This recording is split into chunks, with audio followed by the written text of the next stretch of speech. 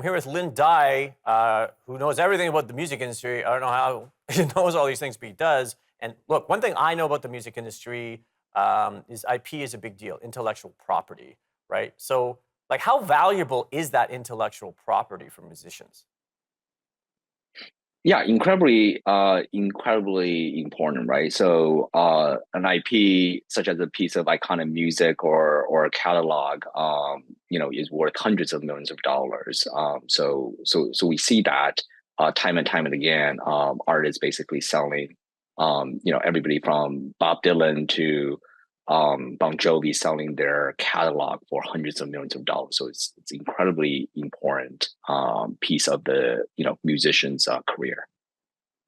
Right. And so it's interesting, obviously, what you're doing. A lot of people are doing it, but you're, I think, one of the best in the world, quite frankly, in terms of leveraging that music IP, doing NFT drops, all of these different Web3 protocols. So I guess that's my question, right? Like, now that all of this technology can be accessed by musicians, you can do your own drops. Do musicians still need major labels? Yeah, I think we think record labels have a pretty important role to play, even in the future of Web3. First of all, 70% of all commercial music ever released in the world is owned by one of the three labels, right? So you can't really have a music ecosystem or a music Web3 ecosystem if the label decide they're not going to participate in it. I mean, that's why we work very hard to provide technology and strategy and advice to all three labels. Second of all, the labels are incredibly good at actually marketing a certain tier of artists. We think the future model is a more equitable model where if the label don't have to actually put their a lot of their capital and advance dollars at risk in early on in the artist career, which kind of Web3 allows artists to kind of get funded directly from their audience, and label service as a technology or marketing partner to the artist. I think it can be a really win-win for all parties. But this is a multi-year or multi-decade kind of transformation that we are witnessing just the beginning part.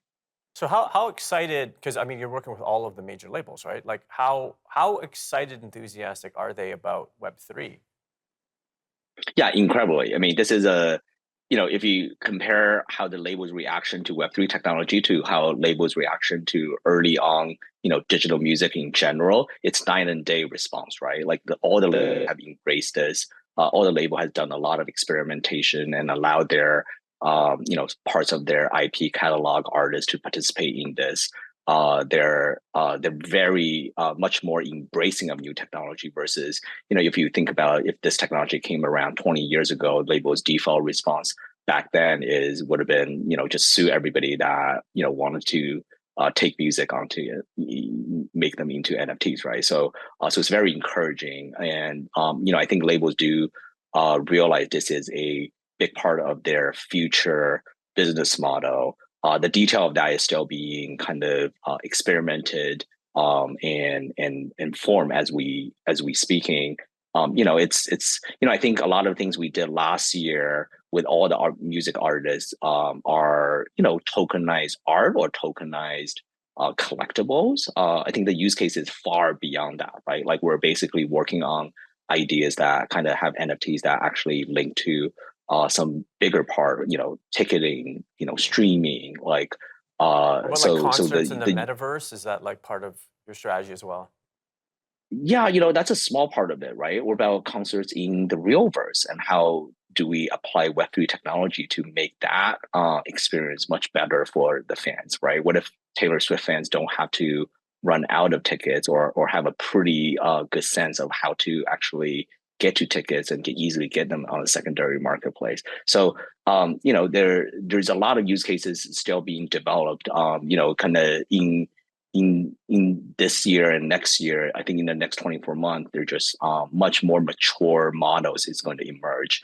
I think last 2 years, 21, 22 is really about kind of just the enthusiasm from fans and community embracing this technology, and enterprise company had to catch up.